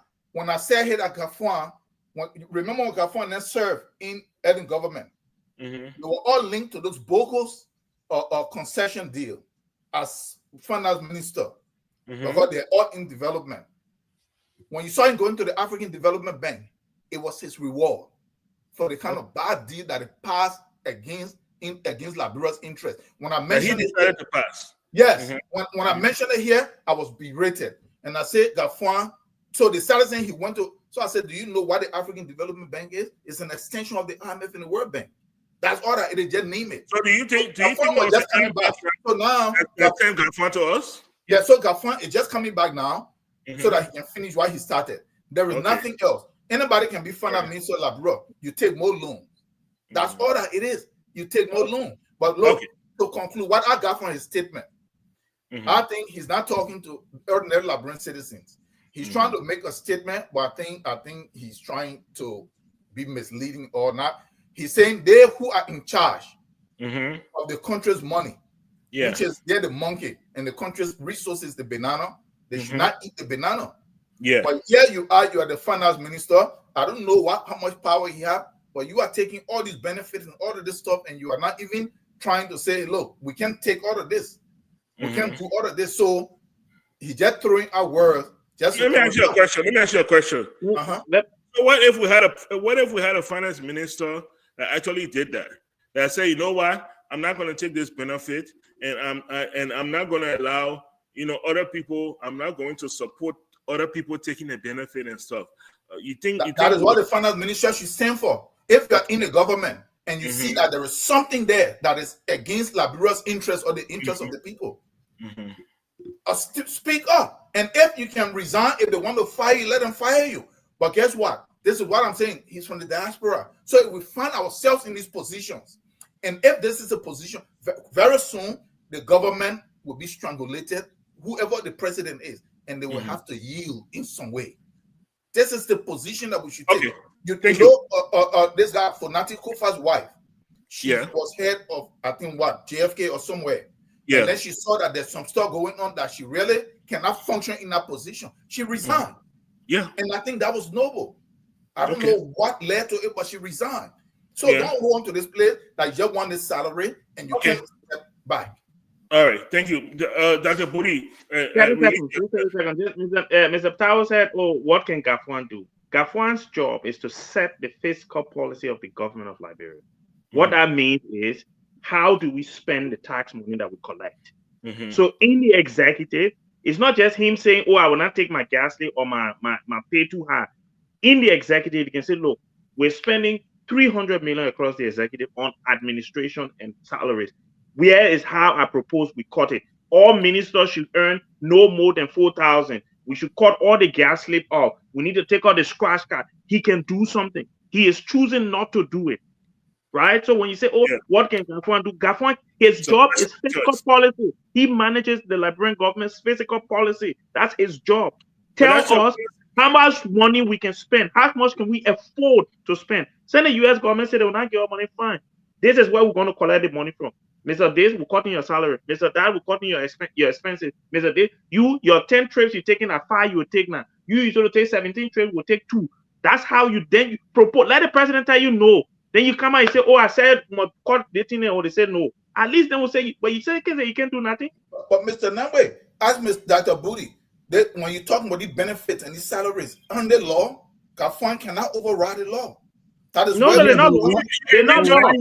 They're not laws. They're not laws. They're not laws. You don't have to pay. He can, for instance, normally from internal affairs bringing $200,000 to renovate office, he can say no to that. There's no law in that. No, but the salaries, there's no law. The government, the executive sets the salaries. The legislature for now set their own salary. So you can test the legislature's salary, right? But the executive branch, you can test their salaries. So just letting the harmonization without passing law. Besides the president, I think the president, the vice president, and the legislators, those are the ones that are written into law. I think everybody else, what they do, the department or the ministry get a budget, and the salaries fit in that budget, so he can touch that. He can, he can say, and he has a latitude of providing the money or not. Because it's written, it doesn't mean that he has to give the money. If he withholds the money, which happens a lot, where he can say, "Oh yeah, we passed the budget, and Ministry of Finance supposed to get $30 million. We not get $30 million. We'll get you 15. You'll manage it." So let me ask Not you a question, Mr. Padu. Basically, he can propose to the legislature that, "Look, we've got a £150 million shortfall. You need to try and find 30 million savings in your budget, right?" And then hand that to them. If you don't find 30 million savings in your budget, the government will go bankrupt. Simple. And then leave it with the legislator. Let him sit down and say, "No, we're not finding that saving." Go ahead. I think that is what he's able to do, but he cannot take a unilateral decision. For the legislature, but for the executive, he can propose fiscal policies for the executive, and that's where most of our money going. Dr. Budi, listen to the town for a second. He's talking about isn't that what we say here, Mr. Works for somebody. Works at the will and pleasure of somebody. The president. Yes. So he can propose. That is what you said he cannot do anything. I'm telling you, he can. No. All I'm saying here is he can propose these cuts, right? I said propose. I didn't say go cut the poor money. I said propose. I used the English word propose. That's his job. Propose the fiscal policy for the president to say yes or no to. Yeah, but he can't do something. What I ended on? That was after you said all the other things. Yeah, if the president said no, then you came out. I said that. You did say one or two things that he's a good finance minister is supposed to be doing, and California is not doing. I said that. So we can end. I believe we can all. I know you guys have struggled to even agree with anything on me when I even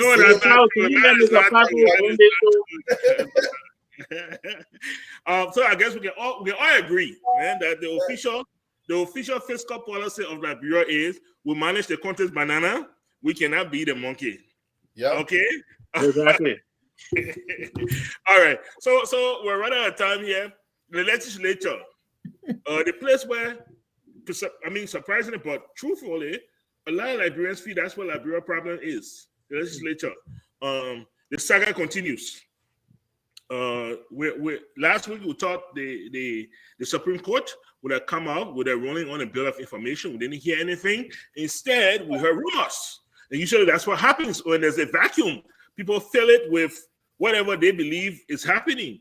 The rumors we hear now is that the president of Liberia reached out to individual members of the Supreme Court, which is highly suspicious on the interference of one group over another, or one what do you want to call it? One branch of government over another, and asked them to delay and give him the opportunity to save both of them. And when they didn't come up with a ruling, people are starting to believe that maybe this is what is happening.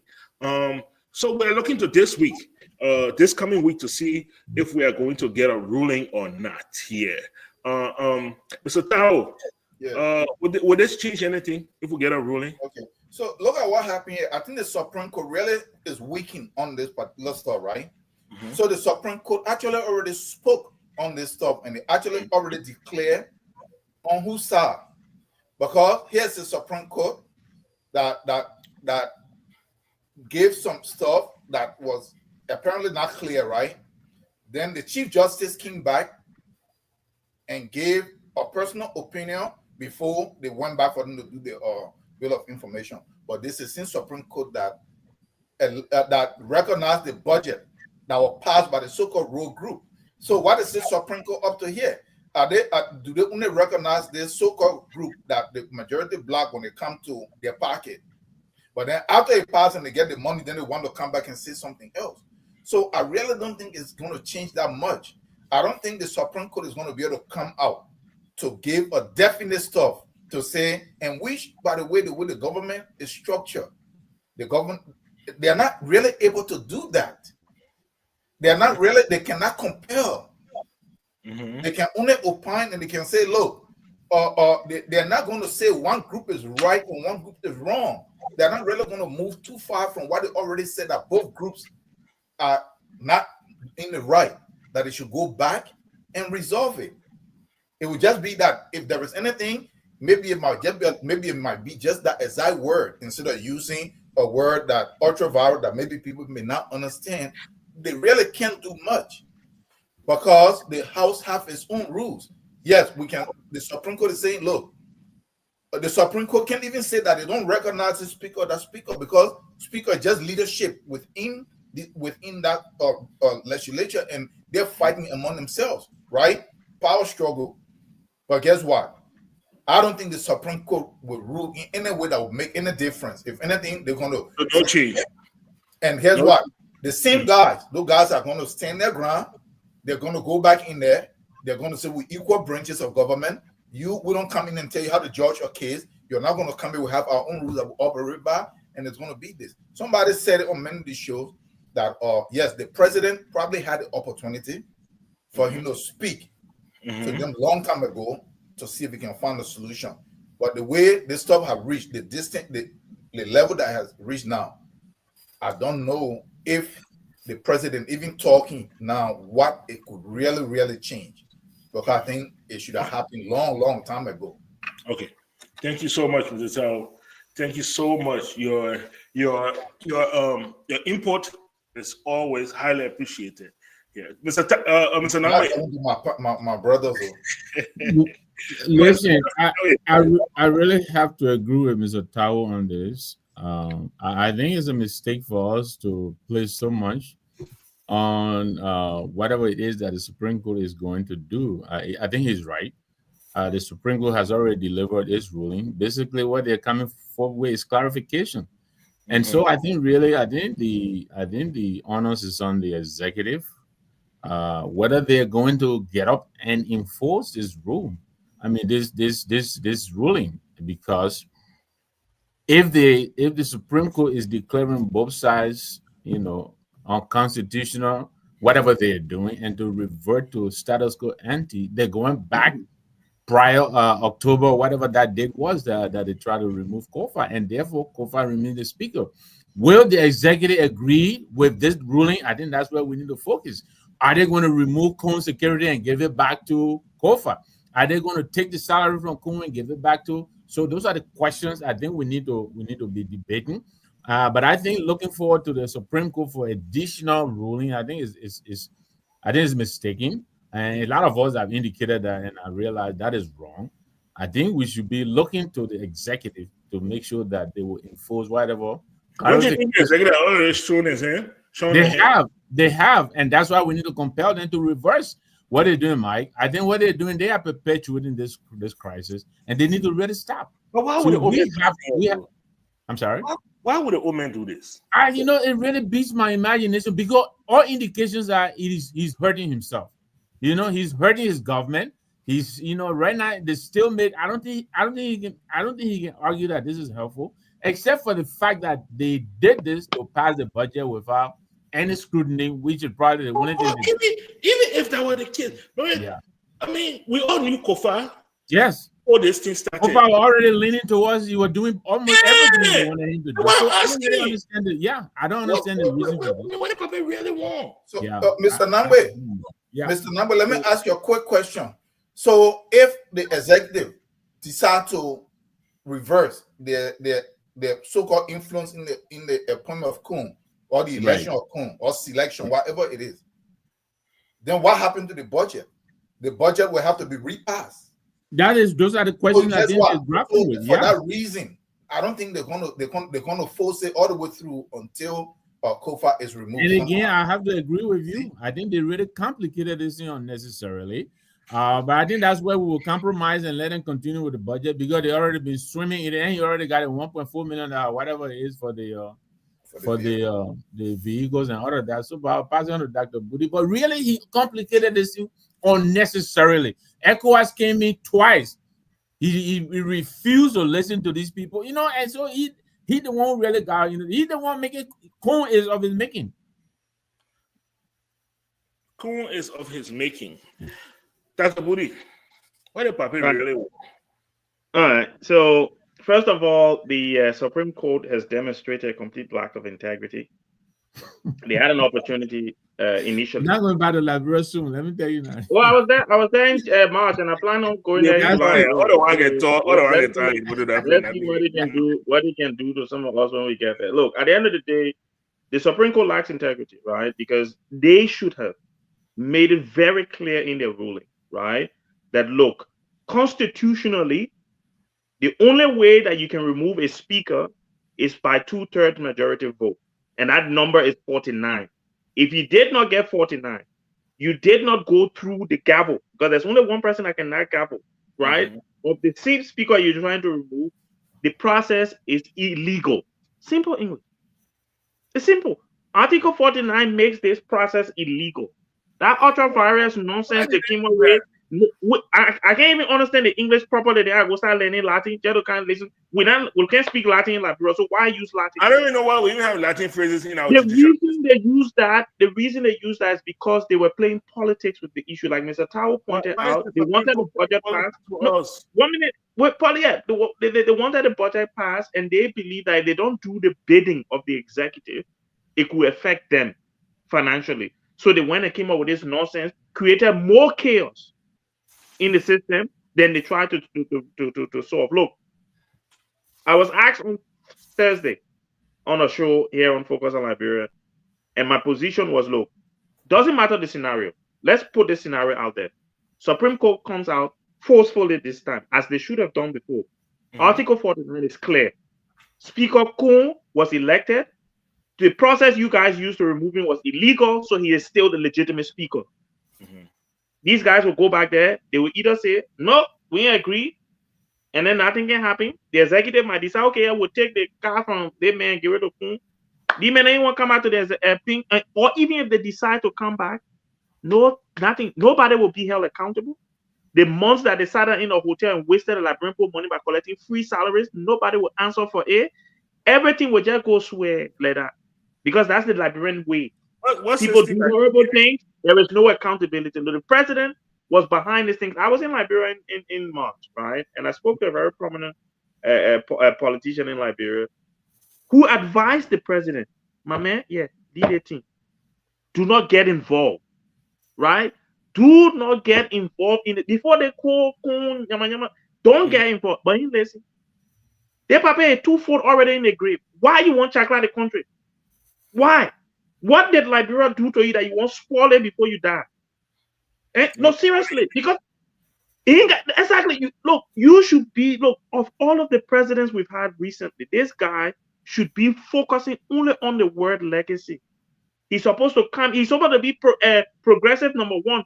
He's not a man Mr. Nangbe and Sheen. Say your story was progressive. I am the progressive because he will transform the country. Because now it's all about his name. When he leave from here, we see a children and say, "Man, your papa did well." But now, when he leave a children and me walking around, will be hard in their face now because he will corrupt the country so badly. And I'm not surprised. You were shaking and you say, "Oh, what did papa want?" My brother, we've started on the show. We talk about tenure position and where we started from. In fact, we started from asset recovery. I remember the tower. We used to be shouting asset recovery. The whole asset, what we got LACC for? What we got GSC for? What we got? He brought asset recovery. He came. He brought a tenure position. He started firing people from tenure position. Supreme Court says something. He ignore it. Central Bank. He fired somebody from there. You're not supposed to fire. The other person says something. He ignore it. He pay the person off. So why are you surprised that he will go and send the budget to an illegitimate speaker after the Supreme Court already ruled? Because that's his area. Not violence, lawlessness. He's the lawless president of the Republic of Liberia. Okay. Ask the progressive. You say, what did Papa want? Ask the two progressives, Anthony Kessley and Samuel Kofi, who are close to him that are advising him. Okay. The whole stuff is about security, the country's security. Kofi, who is the security advisor. Mr. Namwe. So Mr. Dr. Budi threw it back onto the Supreme Court. Do you agree? Mike, I agree with him to the point where I think the last ruling on December 6th, I think was not clear enough. Mm-hmm. I agree with you on that. I think they could have, we were the audience. I understand in the courtroom, you're talking to your lawyer, but we were the audience. The English they wrote was not for us. So they added to that in the road there was not for us. So they added to the confusion. Do we need a referendum to take Latin out of our judicial system? I think we should. I don't even know why we're using Latin. I think the Catholic Church. I have a lot of Basel phrases. Remember, Mike, the Catholic Church, the whole Latin mass and thing, we're not doing that anymore. I speak Gribble. Why can't they talk to me in Gribble? Why am I speaking Latin? Why can't a Latin man can speak Gribble? So I agree with him. I think they confuse us with the Bible, the whatever it is that they spoke to us. So they should be clearer than they did the last time. I'm two. That's one. Second, why is it taking them so long? They're not reaching any new conclusion. They're just clarifying what they said back there. Why is it taking them? Do you think it's a smart move? So in that case, I think that Abudi is right. We got to be suspicious. But if you take it from me, I think they spoke on December 6th. They delivered what they wanted to. They told the both sides to knock it off and go back in the hall and remove their colleague the way he was elected. That's all we want. This is not about Kofa. We've said it over and over. Go back and do it right. And this president is encouraging and is enabling lawlessness. And it's a shame. It's a real shame. Let me just say something quickly, Mr. Padmo. What this president didn't plan for was a Fonati Kofa. What he thought was he was going to get a Snow or a Tyler. He did not plan for two men Fonati. And we the people will get high. The man ate pepper. Oh yeah. Thank you so much, gentlemen. So once again, focus on Liberia on point. It's Sunday, April 13th. And we've had the pleasure of having our three panelists here this evening to discuss with us. It's been an exciting, reverberating show. We'd like to thank you guys for joining us. We appreciate you. While you do your closing here, gentlemen, because time is up, while you do your closing, please, I want you to touch base on two things. One is 45 years later, right? We have a native president, native vice president, native speaker, native, and we find ourselves in the same issue. Is it time for us to move away from the native Congo blame and actually turn our blame to true leadership, and also speak on the NIMBA elections? For how long was it? 18 years or just about? NIMBA was under the hand and the gavel of Prince Johnson, and now we see them basically taking that this opportunity. Mr. Dr. Budi, you talk about opportunity for leadership and change, and is NIMBA going to squander this opportunity to actually bring true change to their county or not? So I will start with you, Dr. Budi, on this as you do your closing. Yeah, so I'm going to close and then I'll say bye as well. Okay. Look, I think yes, I believe, and I said in my commentary that yes, the American Liberians had their hand in whatever has gone on in Liberia, but we had the opportunity in 1980 to change trajectory, and we didn't take that. And I think since then we've had successive individuals who we consider to be native. Ellen Johnson says you are native. Chato says you are native. So we put all of them in a native bracket. And yeah, I think it is not now about someone's ethnic origin. It's more about poor leadership and this lack of love for country. I think we've not had a leader in Liberia. I think most people, myself, based on my reading of history, points to William R. Tolbert as one who had some love for Liberia and was willing to take the country down the right trajectory, even though it didn't get there because there were too many factions pulling him to either side.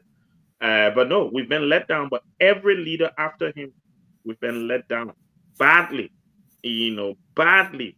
They've messed the country up. Everyone come and mess it up even more. And unfortunately, yes, I think we have to move away from that conversation and talk about it more in terms of leadership, right? In terms of Nimba County, I've said this on the show a few weeks ago. I do not believe that we will have another Prince Johnson figure in Nimba County. I believe on Thursday I was pushed to endorse, and I said Madam Edith Gongluwe, who has served in a county-wide position before as superintendent, would be the best candidate because she knows all of the county, not just one district or the other. I do not believe that someone like a Koga who hasn't done much in his district, and the question is, all these years as a representative, what have you done what have you not done that you can now do as senator, right? So I think Nimba should be rejecting someone like that. Or if they want to be very progressive, I think, Mr. Nangwe will love this because he's in ability camp now, I think. The guy that ability endorse, the young man, might be, because sometimes you have to think outside the box. To get good leaders, you have to think outside of the box. And when I talked about this, CDC, United Party dominance that needs to be broken, Liberian people need to think outside of the box. That's the only way we can free ourselves. And I think Nimba could do the same. Let them start it. And then when we see how successful it is in Nimba, then we might think about it more broadly as a country. And then it will get us from under these poor leaders that we keep having. But it was a great show today, Mr. Padmo. Thank you so much. And thanks to the other panelists as well. Yeah, I'll hand it back. All right, Mr. Namwe, as you do your closing here, and I'm gonna save towel for last, and nobody's gonna push back because I towel closing. There will be no pushbacks, Mr. Namwe. So as you close here, please, you're still one of the active progressives. You're still on the world platform, and you're still speaking. After 45 years, where do we go? And then when it comes to Nimba, look, I believe it was 2020, and correct me if I'm wrong, during the senatorial by-elections, the CPP basically handed Liberia the blueprint to defeating opposition, which was to form a united front. Okay? And they won. They won in Monserrato. They won in so many different counties of senatorial elections. They won in Cape Mount. They won just all over the place. I think they only lost 4 out of 15. But we see in Nimba that they've, people have chosen to go away from that, and they split up, and stuff like that. So when you're closing, please include that. I thank God that Wallow finally woke up when we were about to leave, so I'm very happy about that. Oh, well, yeah. So anyway, look, I think the Nimba by-election, basically, yes, a winner will come out, but I think for the major parties, really it's a dry run of sorts. I think it's a practice ground. Dr. Budi alluded to the absence of Prince Johnson. I think that leaves Nimba practically wide open. I mean, he has such sway over Nimba since 1989, since the whole Civil War started with his NPFL and then INPFL and all of that.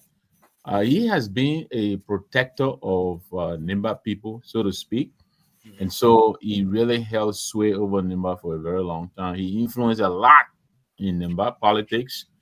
So now that he has left, I think all the major parties want to see who the go-to person is going to be for 2029. And so I think this is what this is about.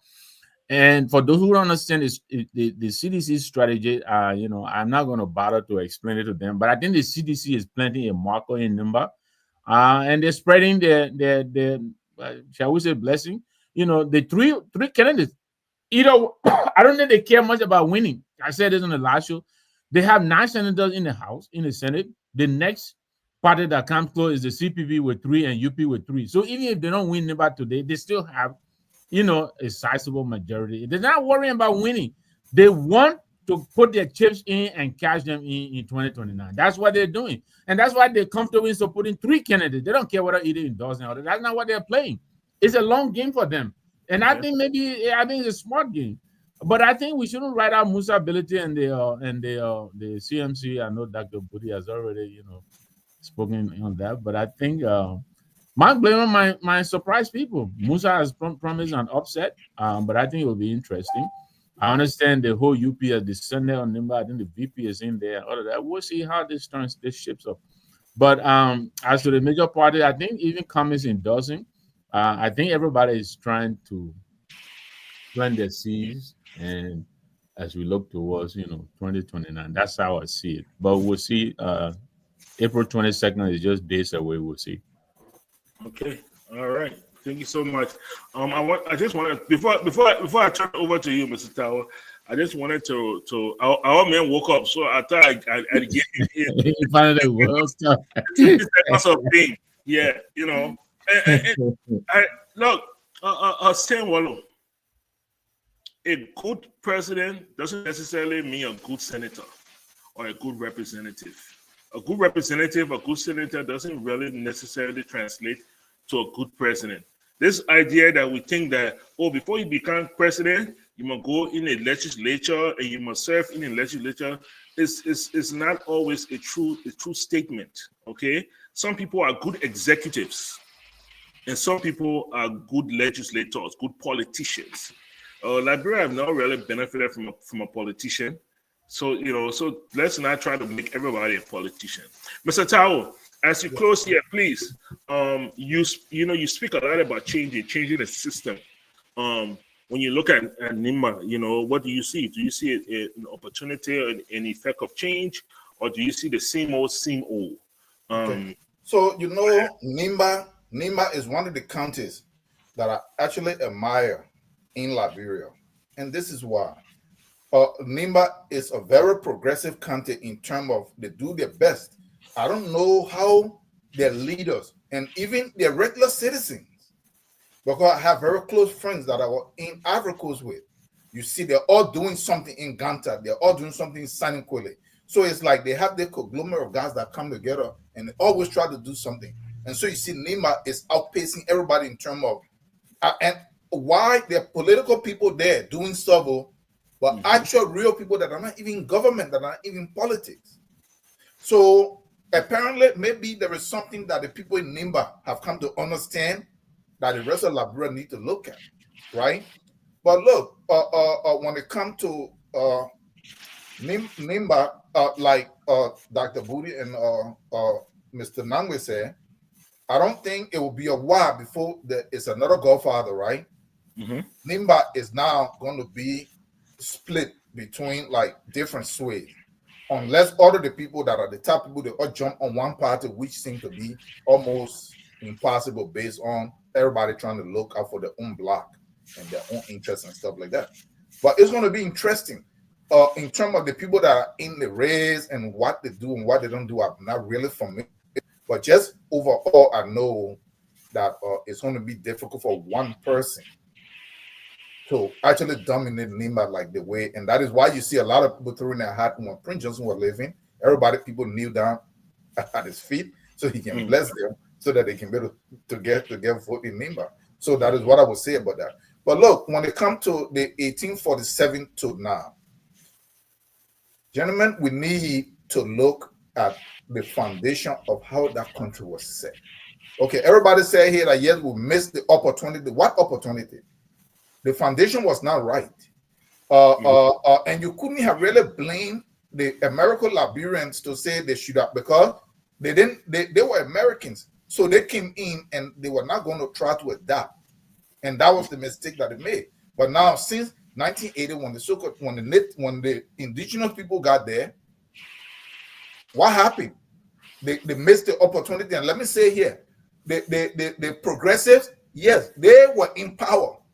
They were in power for as much as 3 years in there. They could not even agree among themselves. If they said they have never held power, then let's say this. And then while in 1985-86 election, they couldn't even agree among themselves. It was all about ego. They didn't even have an actual clear intention where they wanted to take the country or what the country actually needed. If they knew that what the country needed, why didn't they come together as one block so that they can defeat those that were going to make it so easy for those to actually even try to? But that would have defeated the whole plurality that we were advocating for. But they split up. We didn't want to do one. We're not having a pushback. Please, let Mr. Tao finish. This guy is just upsetting me all the time. I don't even know what's wrong with this man. All right, go ahead. They split up into all kinds of groups, and they couldn't even come together. Okay. As one. So look, we need to look at the Constitution. My brother, if we need to make some hard changes, that Constitution to be looked at, even if we leave the government the way it is, but there are areas in that we can tweak.